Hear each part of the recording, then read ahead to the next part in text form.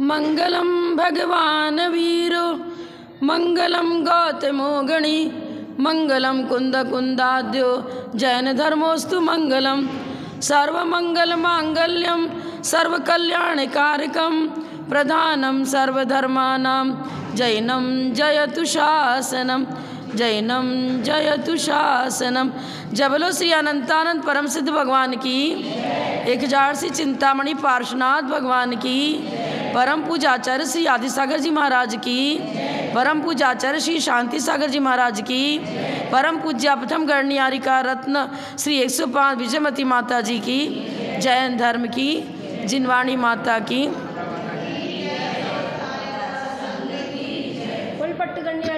विमल प्रभा माता जी की, आर्या संघ पृथु प्रधान गणनी विजया सती विंशते प्रोद्यत ज्ञान संस्कृत में ना, प्रोन्नत ज्ञान समुज्जला कृतिधरा सीता समादर्शिका आदि सिंधु सुपट्ट शिष्य निकटे प्राप्ता गुणानेकदा आत्मध्यान तपोनुरक्त विमला कुर्वन्तु मे मंगलम कुर्वन्तु ते मंगलम कुर्वन्तु ना मंगलम।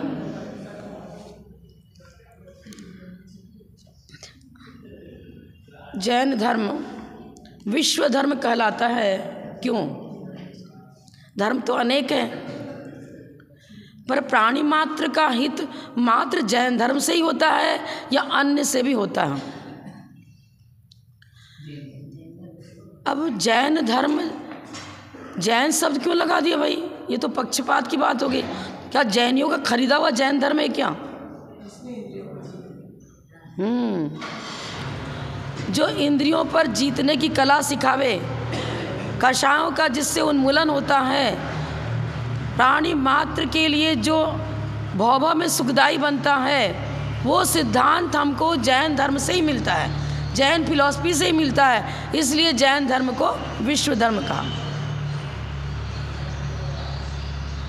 आप प्रातःकाल उठ करके घर की सफाई करते हो, झाड़ू बहारी करते हो, कक्ष को साफ करते हो, सब जगह सफाई चालू हो जाती है।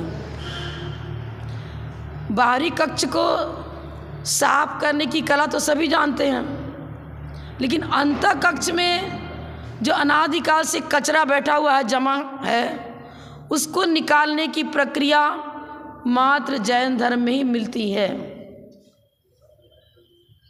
रोड पर क्या करते, कचरा एक जगह इकट्ठा कर देते हैं, फिर फावड़े से उठा करके गाड़ी में डालते हैं। फावड़े से कचरे को उठाया और गाड़ी से बाहर फेंकिया है, पर अंतःकक्ष के कचरे को उठाने के लिए कौन सा फावड़ा? त्याग और वैराग्य। त्याग और वैराग्य ही एक ऐसी चीज़ है जिससे हम अंतःकक्ष के गंदगी को हटा सकते हैं। और त्याग ही वैराग्य ही जैन संस्कृति हो, भारतीय संस्कृति हो, त्याग और वैराग्य पर ही जैन संस्कृति टिकी हुई है, भारतीय संस्कृति टिकी हुई है। संस्कृति किसे कहते हैं? श्रेष्ठ कृति, सम्यक कृति संस्कृति। मन वचन काय तीनों की सम्यक प्रवृत्ति होना, जिनसे स्व पर हित होता हो, इसी प्रकार मन की प्रवृत्ति, इसी प्रकार वचन की प्रवृत्ति और इसी प्रकार शरीर से भी श्रेष्ठ कार्यों का संपादन। मन वचन काय तीनों की श्रेष्ठ क्रियाएं होना, श्रेष्ठ कृतियां हमारे द्वारा होनी चाहिए, तब वो संस्कृति कहलाएगी। उन निमित्तों को जुड़ाना जिनसे पाप से छुटकारा मिले और आत्मविशुद्धि बढ़े, उन श्रेष्ठ निमित्तों को जुड़ाना भी संस्कृति है। खान पान वेशभूषा रहन सहन सब सात्विक होना, ये भी संस्कृति है। और वो संस्कृति आज हमें गुरुओं से ही प्राप्त हो सकती है। गुरु के बिना हमारा जीवन सुधर नहीं सकता, उन्नति का मार्ग नहीं मिल सकता। अब गुरु की चर्चा करें तो सबसे पहले हमारे लिए वो गुरु स्मृति में आते हैं जिनसे हमें शिक्षा और दीक्षा मिली।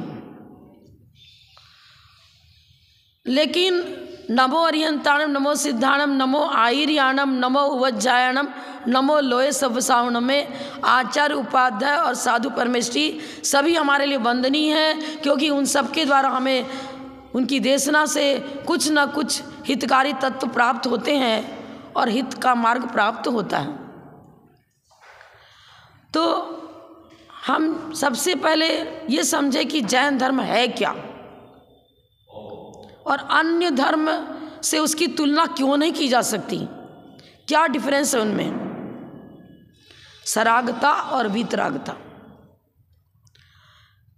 राग, द्वेष, क्रोध, मान, माया, लोभ, इन विकारों को निकालने का उपाय अन्यत्र नहीं मिल पाता है, इसलिए जैन धर्म को विश्व धर्म कहा। अब हमारे आचार्य बताते हैं ठीक है, हम विकारों को निकालने का प्रयत्न तो करते हैं, लेकिन निकालने के लिए और कोई विशेष प्रक्रिया बताओ। तो हमारे आचार्य ने क्या लिखा, बोधेव दृढ़ प्रासो ऋषिक मृग बंधने गारुणश्च महामंत्रम चित्त भोगी विनिग्रह। चित्त भोगी विनिग्रह, चित्त भोगी माने सर्प। सर्प क्या करता है, विषैला होता है, वो तो किसको भी काटेगा, डंग तो मृत्यु होती है, उसका जीवन बिगड़ जाता है। हमारे जीवन को बिगाड़ने वाला, हमारे भाव प्राणों को नष्ट करने वाला विषैला सर्प कौन है, पंचेंद्रिय विषयानुराग, राग द्वेष, पंचेंद्रिय विषय भोगों की ओर आज पाश्चात्य संस्कृति को दौड़ते चले जा रहे हैं, उधर ही दौड़ रहे हैं। अब क्या करना, कैसे उनको वश में किया जाए। मन को वश में करने के लिए मन को दबाकर मन को वश में नहीं किया जा सकता। मन पर कंट्रोल करने की कला गुरुओं से प्राप्त होती है। गारुड़ी मुद्रा बनाकर सपेरा क्या करता है, सर्प को वश में कर लेता है और वो सर्प को जैसे चाहे उस प्रकार उससे खेल दिखाता है, काम करता है। पांचों इंद्रियां ही हमारे जीवन को विषाक्त कर रही हैं, पर विषय वासनाओं से ग्रस्त यदि हमारे विचार हैं तो इंद्रियां अहितकारी, और यही इन पांचों इंद्रियों का सहारा लेकर हम मोक्ष मार्ग भी पकड़ते हैं। अग्नि स्वयं न हितकारी है न अहितकारी है। अग्नि का सदुपयोग करते हैं, भोजन तैयार होता है, लाइट प्रकाश मिल रहा है अग्नि से हमें। स्वयं वस्तु न हितकारी है न अहितकारी है, उसका सदुपयोग करें तो हितकारी। अग्नि का सदुपयोग किया, भोजन बनाया, आपके द्रव्य प्राण की रक्षा करता है। और इसी अग्नि को किसी के यहाँ मकान में लगा दिया तो प्रलयकारी दृश्य पैदा कर देता है। इसी प्रकार से हमारे आचार्यों ने बताया है, ये श्रुत ज्ञान भी, श्रुत भी जो है ना, इसको इसी प्रकार ले लो। यदि इसका द्रव्य श्रुत से तो जानकारी करी, लेकिन भाव श्रुत जिनमें प्रकट नहीं हुआ। कभी कभी ऐसा होता है, श्लोक एक ही पकड़ते हैं और व्याख्या अलग अलग प्रकार से करते हैं, समझ में आया ना। स्याद्वाद और अनेकांत पूर्वक, सप्तभंगी न्याय पूर्वक जब तत्व चर्चा चलेगी और उसी को हम समझेंगे और उस प्रकार समझकर तत्व ज्ञान प्राप्त करेंगे तो वो तत्व ज्ञान अमृत का काम करेगी, और नहीं तो नहीं। मान लो अहिंसा परमो धर्म ले लिया, अब अहिंसा की परिभाषा क्या है, कोई बताओ, अहिंसा किसे कहते हैं? जीव की रक्षा करना, ठीक है।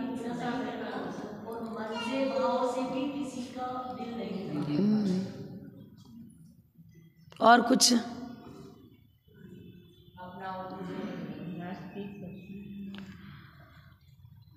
अप्रादुर्भाव खलु रागादीनां भवत् हिंसेति तेषां उत्पत्ति हिंसेति जिनागमस्य संक्षेप।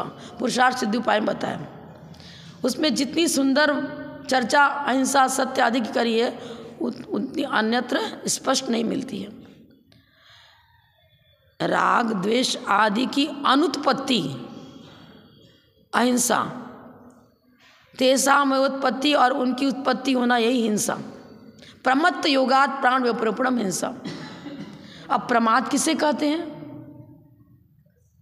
प्रमाद किसे कहते हैं? आलस्य है।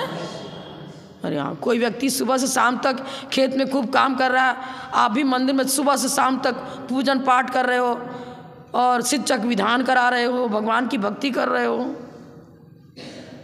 अच्छा कार्य कर रहे हो ना, कार्य तो अच्छा ही है, लेकिन सुबह से शाम तक परिश्रम किया, यहाँ पर प्रमाद हो भी सकता है और नहीं भी हो सकता है। मूल कारण तो ये है कि कषायों का निष्कासन, विकारों का त्याग, जो मिथ्या दर्शन, मिथ्या ज्ञान, मिथ्या चारित्र जो संसार के बीज हैं, उनका उन्मूलन करने की प्रक्रिया यदि हमें सिद्ध जग विधान से सीखने को मिल रही है, जिन भक्ति से मिल रही है, प्राप्त हो रही है, प्राप्त उस मार्ग को आपने अपनाया है, तो वह सिद्ध चक्र विधान, सिद्ध पर्याय की प्राप्ति का कारण बन जाएगा। लेकिन मात्र द्रव्य पूजा चल रही है और गुणानुराग नहीं है, गुणों को स्वीकार नहीं किया, एक्सेप्ट नहीं किया, जीवन में साकार नहीं किया, एक अंश में भी स्वीकार नहीं किया, तो मोक्ष मार्ग प्रारंभ भी नहीं होगा। राग द्वेष आदि की अनुत्पत्ति अहिंसा। अब कौन सा राग है और कौन सा राग है भी और नहीं भी है, तो हमारे आचार्य ने बताया कि यदि हमारे परिणामों की विशुद्धि बढ़ रही है और हम समसन सम्यक ज्ञान सम्यक चारित्र की ओर अपना कदम उठा रहे हैं और इसके लिए इस लक्ष्य को लेकर यदि मंदिर जाते हैं, पूजन करते हैं, अभिषेक करते हैं, तो वो पूजा सम्यक पूजा कहलाएगी और हितकारी होगी, और नहीं तो नहीं हो पाएगी। संस्कृति अपने जीवन में श्रेष्ठ विचारों का सृजन, श्रेष्ठ आचरण की उत्पत्ति, श्रेष्ठ विचारों का प्रवाह अंतःस्थल में निरंतर होता रहता है। तो घर में बैठे भी जिन भक्ति हो रही है, दुकान में बैठे हुए जिन भक्ति हो रही है, भोजन बनाते हुए जिन भक्ति हो रही है, हर समय उठते बैठते सोते जागते हर समय जिन भक्ति हो रही है, यदि उनके शासन, उनके वचनों का पालन हो रहा है आचरण से, उनकी बताई हुई देशना को हम अपने जीवन में साकार करने का प्रयत्न कर रहे हैं, चलते समय समिति पूर्वक चल रहे हैं, श्रुताभ्यास हो रहा है, वहाँ भी आप ग्रंथ स्वाध्यायशील हो, चलते हुए भी स्वाध्यायशील हो, भोजन बनाते समय भी स्वाध्यायशील हो, दुकान में बैठे हो, अभी तो दुकानदारी चला रहे हो, लेकिन उस समय भी न्याय नीति पूर्वक अर्थ अर्जन करना है, मुझे किसी को ठगना नहीं है, मायाचारी नहीं करना है, इस प्रकार की प्रवृत्ति है, तो वहाँ भी श्रुताभ्यास चल रहा है। अभिक्षण ज्ञानोपयोग, सोते जागते उठते बैठते जिनवानी के एक अंश का भी स्वाद हर समय यदि चल रहा है अंतःस्थल में, तो हम श्रुताभ्यासी हैं। और पुस्तक खोल के बैठ गए, आराम से पढ़ रहे हैं, वाचना भी कर रहे हैं अथवा वाचना सुन रहे हैं, लेकिन मिश्री की डली को मुट्ठी में ले लिया, जीभ पर नहीं रखा, आस्वादन नहीं किया, जीवन में साकार नहीं किया, तो कुछ भी नहीं है। जैसा कि आता है, 3 व्यक्ति शायद सुना चुके, क्या पता नहीं, आपको सुना है कि और कहीं। 3 व्यक्ति थे, वो यात्रा के लिए निकले, बताया था क्या आपको? नहीं। अच्छा, यात्रा को तीनों में गहरी मित्रता थी। एक शिल्पकार था, बॉडी कंस्ट्रक्शन बहुत अच्छा, अच्छी मूर्ति बनाता था, और दूसरा इतिहास का विद्यार्थी था, तीसरा निर्ग्रंथ साधुओं के पास उसने षट दर्शन का अध्ययन किया था, जैन दर्शन का गहराई से अध्ययन किया था, पर मित्रता तीनों में थी। तीनों ही पहुंचते हैं जैन मंदिर में, दिगंबर प्रतिमा है, तीर्थ क्षेत्रों की वंदना कर रहे हैं, अष्टद्रव्य चढ़ा रहे हैं, पूजन कर रहे हैं। लेकिन अपने अपने विचारों को लिए हुए हैं। शिल्पी जो है मूर्ति के सामने जब खड़ा होता है तो उसकी दृष्टि आकार पर जाती है, अरे कान थोड़ा सा और ऐसा सुंदर होना चाहिए, उंगलियां थोड़ी सी ऐसी लंबी होनी चाहिए, नख ऐसा होना चाहिए, और ढांचा थोड़ा नीचे ज़्यादा चौड़ा हो गया, ऊपर पतला मतलब वो आकृति की ओर देख रहा है, उसके विचार उधर केंद्रित हैं। चढ़ा तो रहा, जल भी, चंदन भी, अक्षत सब चढ़ा रहा है। और इतिहास का विद्यार्थी है, ज़्यादा संबद्ध देखता है, कौन सी मूर्ति प्राचीन है, कौन सी नवीन है, कौन किस संबद्ध की हो सकती है, और क्या उधर उसकी विचारधारा उधर ही चल रही है। चढ़ा तो रहे इधर, आप इधर जल चंदन चढ़ा, लेकिन विचारधारा चढ़ रही कि हम कुकर चढ़ा के आए थे। ऐसा नहीं कि पकने के बाद भी वो खराब ना हो जाए भोजन, कहीं 10 मिनट के अंदर ही जाना है, 15 मिनट के अंदर ही जाना है। स्मृति कहाँ जा रही है? मनस्यन्यत वचस्यन्यत कर्मण्यन्यत दुरात्मनाम। मनस्येकम वचस्येकम कर्मण्येकम महात्मनाम।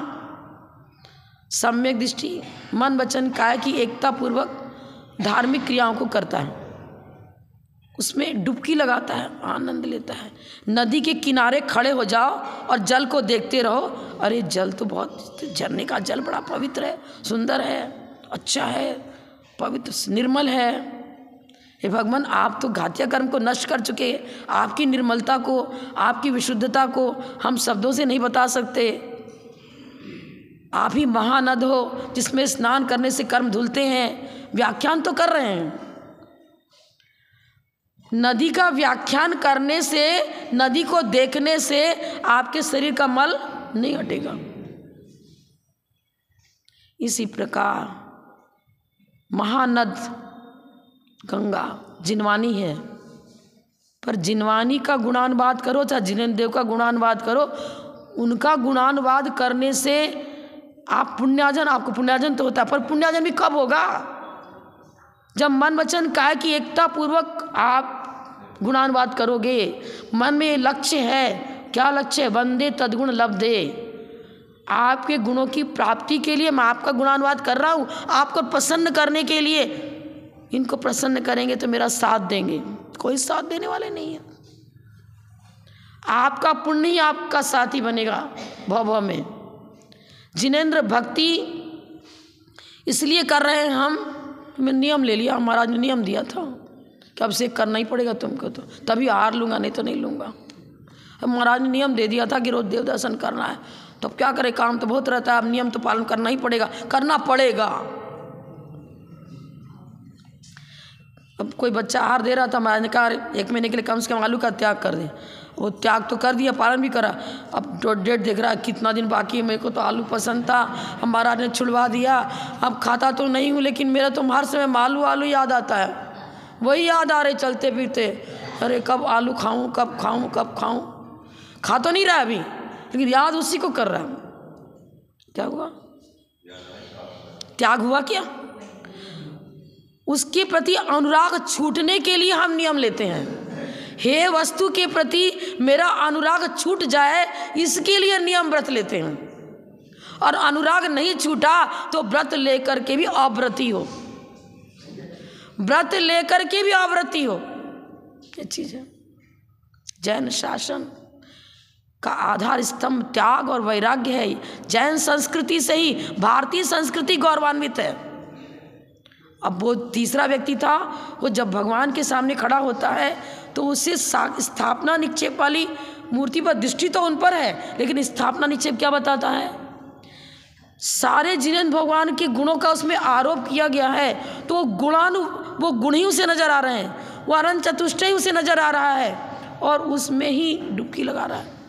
अरे छाई ज्ञान, छाई दर्शन, छाई वो अनंत चतुष्टय भामंडल, भगवान के परम आधारित शरीर का जो भामंडल है, वो उनके गुणों के द्वारा ही इस प्रकार की छवि, वितराग छवि है। और वो मतलब साक्षात रत्नत्रय स्वरूपी जिनेन्द्र देव हैं, और मेरे अंदर भी शक्ति के रूप में वही गुण हैं। मैं तो अपने गुणों को पन पाने के लिए भगवान आपके पास आया हूँ। नमो अरिहंत नम बोला, साक्षात जिनेन्द्र नजर आ रहे हैं, और उनकी दिव्य छवि, वितराग छवि ये बता रही है, बाहर देखना बंद करो। बाहर की आवाज़ मत सुनो, अपने अंदर की आवाज़ सुनो।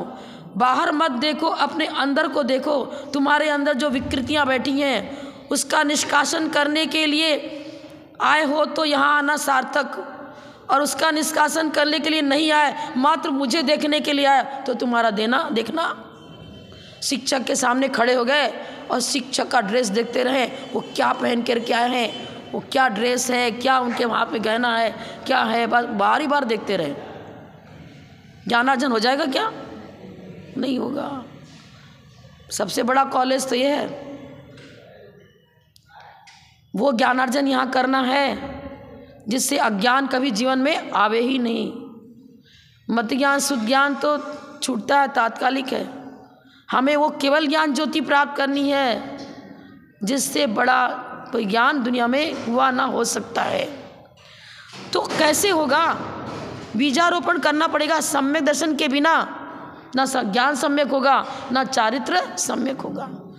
तो इसीलिए तो 6 आयतन बताए हैं, सच्चा देव, शास्त्र, गुरु और उनके उपासक। अब उपासना किसे कहते हैं? हम आए, आपने अर्घ चढ़ा दिया, वंदना करी, सब कुछ किया, सुन भी लिया, देश न सुनी, लेकिन अब भोजन करते हो आधा घंटा 1 घंटा, लेकिन डाइजेस्ट बहुत समय तक होता है, और डाइजेस्ट की हुई एनर्जी जीवन भर रहती है। डाइजेस्ट करा तो आप मतलब सब धातु का जो निर्माण हुआ वो पूरे जीवन भर रहेगी। इस प्रकार श्रुताभ्यास करो। ज्ञानामृतम भोजनम, ज्ञानामृतम भोजनम। शरीर बल को बढ़ाने के लिए तो ये रोटी चावल दाल ये है, लेकिन आत्मा का भोजन तो तत्व ज्ञान है। यहाँ क्या बता रहे हैं? बोध एवं दृढ़ पाशो। बोध ही मतलब सम्यक ज्ञान ही वो दृढ़ पास है जिससे क्या ऋषिक मृग बंधने, 5 इंद्रियां जो उद्दंड घोड़े की तरह मुझे विषयों की ओर ले जा रही हैं, उनको वश में करने के लिए लगाम कौन बनेगा? तत्व ज्ञान। उनको उसके वश में करना। जब खाने का मन, खाने बैठ गए, पिकनिक देखने गए, कहीं कहीं घूमने चले जाते हैं इधर उधर, जहाँ मात्र पाप का बंध होता है। उन क्रियाओं से विराम लेना। आपको नहीं, मैं सिर्फ एक छोटा सा दृष्टांत बताऊंगी, उसमें कोई अपनी प्रशंसा नहीं कर रही हूँ, लेकिन आजीवन ब्रह्मचर्य व्रत ले लिया। अब स्कूल में टीचर तो पढ़ाने के लिए तो उस प्रकार जाना पड़ेगा, तो सारे टीचर एक से एक अच्छा डेकोरेशन, अपना अच्छा गहना, अच्छा ड्रेस सब पहन के जाना। पर आजीवन ब्रह्मचर्य लेने के बाद तो ब्लाउज पहनना तो खोस के पहनना नीचे तक, यहाँ तक। समझ में आया? ब्रह्मचर्य बड़ी माता गढ़नी आती है, विजयमती माता जी से ब्रह्मचर्य भले ही नहीं लिया, लेकिन शिक्षण तो उनसे लिया। वह मेरे पिताजी की जब मृत्यु हो गई थी, समाधि हो गया, तो मतलब कैंसर हो गया था, तो सम्मेद शिखर पर गए और सुपार्श्वमती माता जी का प्रवचन सुना। उनके प्रवचन ने मुझे मोक्ष मार्ग पर अग्रसर किया और मैंने पार्श्वनाथ भगवान के टोक पर जाकर आजीवन ब्रह्मचर्य व्रत ले लिया। ठीक है, हल्का फुल्का बीजारोपण हुआ, पर बीज को पनपाना, उत्पन्न करना, फलीभूत करना तो गणनीय का विजयमती माता जी ने किया। लेकिन आप सोचो, आप सुनते तो खूब प्रवचन हो, जाने कितने साधु आए कितने, लेकिन उसको डाइजेस्ट नहीं करते हो। सब धातु का निर्माण। आपने आहार दिया मुझे, क्या जो हमें आज भोजन दिया आपने, एक मुट्ठी अन्न भी दिया, उस आहार दान में 4 दान सम्मिलित है। किया हुआ आहार, एक दिन का आहार मेरे श्रुताभ्यास में जीवन भर काम करता है। मेरे चारित्र और संयम का पालन करने के लिए वो सहकारी कारण जीवन भर बनता है। प्रश्न उठता, आहार दान, ज्ञान दान, औषध दान, अभय दान, इस क्रम से क्यों लिखा? अभय दान तो सबसे पहले, भाई जीवन है तो सब कुछ है, पर पहले अभय दान क्यों नहीं लिखा? अरे अन्न के बिना जीवित रहोगे क्या? अन्न के बिना जीवित रहोगे क्या? भोजन दोगे तब तो उसका द्रव प्राण की रक्षा होगा, द्रव प्राण तो भाव प्राण की रक्षा होगी। आहार दान, और आहार दान ही नहीं, आहार स्वयं भी ले रहे हो। तो जिनसे पाप का बंध होता है वैसा भोजन आप करोगे और कराओगे तो क्या होगा? संसार की वृद्धि होगी। पापार्जन ही हमें दुख देने वाला है। अहितकारी तत्व पाप है, हितकारी तत्व धर्म है। चलते फिरते उठते सोते जागते हर समय ये विचार करो किनसे पाप का बंध होता है, उन क्रियाओं से विराम लेना। तो लोग कहते अरे आप क्या पेश पहन करके आते हैं स्कूल में, तो ढंग से आया करो ना। तो ढंग किसे कहते पहले ये बताओ। क्या लिपस्टिक लगा देने से, क्या पाउडर और क्रीम लगा देने से, क्या नेल पॉलिश लगा लेने से, दो चोटी सुंदर बनाने से ही, या यही भारतीय संस्कृति है क्या? यही जैन संस्कृति है क्या? इससे ही सौंदर्य होता है क्या? नहीं। फिर लोग इतना हो गए कि इनकी फिलॉसफी से तो हम जीत नहीं सकते। अब वो कभी किसी का शादी है बुलाना भी है उनको, तो पहले ये तो हम लोग का भोजन करेगी नहीं, तो ड्राई फ्रूट्स काजू किशमिश अखरोट सेब फल फल सब पहले नया पात्र रख देंगे। और दूसरी टीचर जो रहेगी ना, अरे बात तुम्हारे जैनियों की तो बड़ी ठाट है, हमें तो साधारण भोजन करा रहे, तुम्हारे लिए तो हाई फाई भोजन की व्यवस्था है। हाई फाई भोजन व्रतों से मिला। व्रत का सत्कार है, व्यक्ति का सत्कार। भव में यश चाहिए, भव में कीर्ति चाहिए, सुंदर रूप लावण्य चाहिए, अच्छा वैभव चाहिए, लौकिक पारलौकिक पारमार्थिक सब प्रकार का सर्वांगीण विकास चाहिए। तो लोगों के पचड़े में मत पड़ो। कोई आपकी निंदा भी करता है, कोई आपको कहता है ऐसे आने चाहिए, ऐसे रहना चाहिए, वैसे रहना चाहिए। हम तो जैन है, जैन संस्कृति के अनुसार मुझे अपना जीवन बनाना है। गांधी जी ने अपनी संस्कृति नहीं छोड़ी, फॉरेन भी गए तो भी अपने लिबास नहीं छोड़ा उन्होंने। हम जैनी होकर के पाश्चात्य संस्कृति को ढल रहे हैं, फिर जैनत तो रहा कहाँ? आप नाम निश्चय से अपने को जैन कह सकते हो, लेकिन आचरण से जैन हो तभी आप जैन रहोगे। और आचरण से जैन है वो भले ही विधर्मी क्यों ना हो, और उसने जैन धर्म को स्वीकार किया है। जो जैन धर्म को स्वीकार करता है वो जैनी। जैन कुल में उत्पन्न होने मात्र से हम जैनी नहीं कहलाते। जैन धर्म ही विश्व धर्म है और यही भव को सुधारने वाला है, भव में सुखकारी है। इसलिए हम जैन धर्म को विश्व धर्म कहते हैं। और ये आज नहीं अनादि अनिधन, इसको खंडित करने के लिए शक्ति षट दर्शन में किसी के पास नहीं रही। जैन धर्म हमेशा जीवंत रहा और आगे भी जीवंत रहेगा। इस पृथ्वी पर कुछ काल के लिए भले लुप्त हो जाओ, लेकिन मध्य लोक से कभी भी, ढाई द्वीप से कभी भी इस जैन धर्म का अभाव नहीं हो सकता। जब तक सिद्धालय में सिद्ध हैं तब तक ये जैन धर्म जीवित रहेगा। और जब तक क्या, सिद्धालय में तो सिद्ध शादी और अनंत पर्याय है, अनंत काल तक वो ऊर्जा उनसे हमें प्राप्त होती रहती है, रहेगी। तो ये आप आचरण से जैन बनो, तब ये देशनालब्धि आपके जीवन के लिए हितकारी बनेगी। इतना ही कहकर मैं विराम लेती हूँ। जब लोग गणयारिका विजयमती माता जी की जय, जैन धर्म की जय।